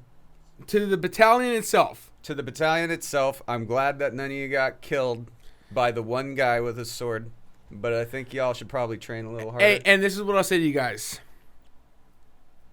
Stop being pussies. Cheers, bro. Yes, cheers. And you guys get to see us now do popping tops. Well, cheers, you guys. There you got it. Dude, this was a good episode, man. I'm liking it. And to all the audio listeners, come watch it on YouTube. Just if you want. Yeah. No, please do. Yeah. We're trying to get these fucking views up, man. YouTube's the new normal. YouTube is the new normal. It's all okay? right. We're building back better. I don't know. I watched the whole thing from here. I don't think you guys are missing anything. Yeah, if you want to see Dingo's cute face and see my handsome, big-lipped, amazing eyes, come see us. Come watch it. Come watch it. Shop smart. Shop as smart. And then go listen to Dune and read Dune. I can't stress that. Or go listen to somebody else read Dune. Yes, please do. You know what, Dingo? I think what we're gonna do is we're gonna make a section on our YouTube where you read books, and I sit there and I come in and I interject on those books and be like, "What the fuck?" As long as we remember to critique and review it, I don't think we'll get in trouble for copyright. And you know what? I say fuck that. I don't care about copyright infringement. I need you to start caring about copyright infringement. Because I'm going to be the wild card that gets us kicked off of YouTube. But anyways, guys, you can find us at thereddots.com. We have links to our Facebook, Twitter, Instagram, and Spotify. And that's where my bedroom is. Mm-hmm. And also Apple and YouTube, where you're currently hopefully watching us right now. I thought it was SpotTube, Apple, and Instify, and Twittergram. You know what? So, plus, you can just visit our website. You know what? What we might do, Dingo, we might just put up the YouTube version and we'll just put up our actual recording on our website. So that way, if we ever get taken down, they can just go to the website and watch the fucking real thing. Yeah, that wouldn't be too hard. Yeah. Also, we will be going to Rumble. Rumble is going to be our secondary. Yes. Rumble is going to be our secondary spot for uploading videos. Rumble is basically YouTube. It's the new version of YouTube, and I don't think they care about copyrights. But questions we ask ourselves. Yes, but anyways, we put links up on our fucking website so you can watch and see all the sources we pull from. Just saying. And Dingo, can they fact check us? No. And if you fact check us, we will send firemen to your house to burn all of your books. Yes, and burn you. And kidnap whoever else is there. If somebody else is there, we're taking Kidnap the Bene Gesserit. Unless you have Pepto-Bismol. So for our YouTube viewers, make sure to subscribe and I guess press that fucking bell. I guess it notifies them about when we put up new videos. Doug, I don't know what it fucking does. To be honest, I'm surprised we pull this off every week. I have no idea what I'm doing. Yeah, because we constantly argue, and I have to fucking beat you with my belt. Okay. To get you into submission of what I want to do with this podcast, Dingo. I have battered podcast syndrome. Battered podcast partner syndrome. Anyway, so we also make sure to like and comment. We also make comment. You see how I'm just fucking up there? And you're just begging, man. You're begging. Oh, please like and comment. I don't give a fuck what you guys do. You want to like it? You want to comment it? You want to hear us again? Swell. We upload every Wednesday, and now with us doing it this way, where we're going through OBS and everything else, like. You got diagnosed with that? Can you still eat like greasy stuff, or does it really mess you up? It spreads through the air. Dude. Yeah, OBS is terrible, guys. But since Archie butt syndrome. Since we're doing it through OBS and we're doing the recording through OBS, it's going to be easier for my editing and then putting it out. I don't have to do all these extra steps that we're doing. Yeah, and so you will get it every single fucking Wednesday. And what we might do is, if we get quick enough at it, we might start putting it out on Mondays. Who knows? Is it really like that much? Yeah. faster? Oh, yeah. God, we should have been doing this a while Yeah. ago, Well, we weren't ready for it. Or we were still learning. Yeah, we're not ready. We're ready for it now. But we're gonna anyways, so hard, guys. I'll leave you with this because now you guys get to see how I fucking say this. Question everything. Whilst you are questioning everything, and you're going down your conspiracy holes, Dingo. Oh, yeah. And you come across something that brings you towards anti-Semitism. Stop there. There's no need to go further. I can already tell you what's going to happen. 1, Dingo, it will get deeply anti-Semitic. And 2, not all the time, but sometimes, it will lead you to a cult. And that's not where you want to go. All you have to do is watch Sumer Day, that movie that we watched, that you guys don't get to watch anymore because YouTube took it down. It was awful. It was awful, but also it got very culty and anti-Semitic. It really did get anti-Semitic. It was terrible. So Midsummer, just don't. In fact, anything by Ari Arasef or whatever his name is, he's a one-trick pony. If you saw Hereditary and you saw Midsummer, you see. We will never show his movies again on our fucking YouTube channel. Even if we can get the fucking copyright for it, we're never showing him again because he's too wanting you. He's too much like dragging you down the hole of philosophical talk. Like, I don't like it. Well, and it was not the scary. same too. It was the same, and it wasn't scary. No, it wasn't. The Hereditary was scarier. Hereditary was scarier. There were those 3 parts that were scarier. But I don't want to spoil it. It still made it scarier than Sumer Day. Yeah. Oh yeah. Sumer Day was just a very like psychological thriller. Is what it was. It wasn't a horror movie. They shouldn't have. We need to go through and we needed a petition for them to take down the horror aspect, what they say is horror from that movie. Yeah, because they need to remove it. It's a psychological thriller, and we would have never watched it. Yeah. If we knew that it was a psychological thriller. Yeah, fuck that shit. No, I'm liking this fucking the stream stuff, dude, because I get to look at the watchers, the viewers. Like I get to look at them and go, "Hey." Well, I don't have much to say other than motherfuckers. Just ask us or don't. I mean, I feel like we've been coming at you for 26 weeks now. It's getting close to that. It's kind of getting close to that. This isn't episode 26. This is episode. Oh no, it might be episode 26. I think it's episode 26, and I'm so tired. You know, we're trying to bring the truth. You guys are like a kid who I keep trying to get to go to school, but all they want to do is like sneak out and smoke weed, and you're just totally irresponsible. And I'm trying to hold your hand and guide you to a better future, and you just don't care. You don't care what I do for you or the clothes I put on your back.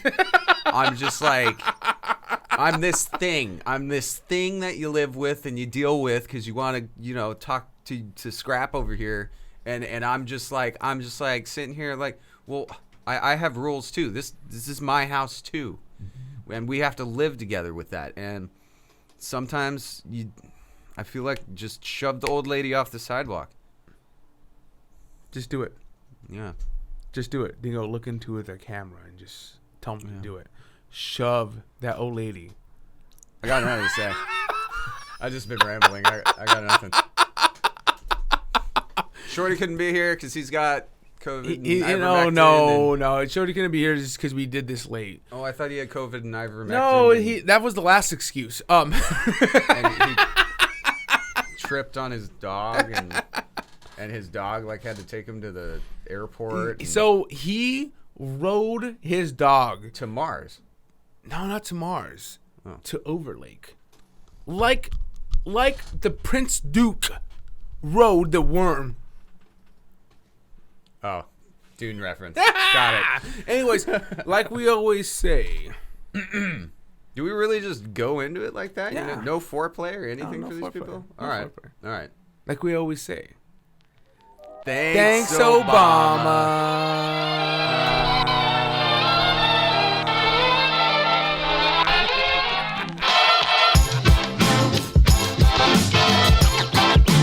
Let's get scratching.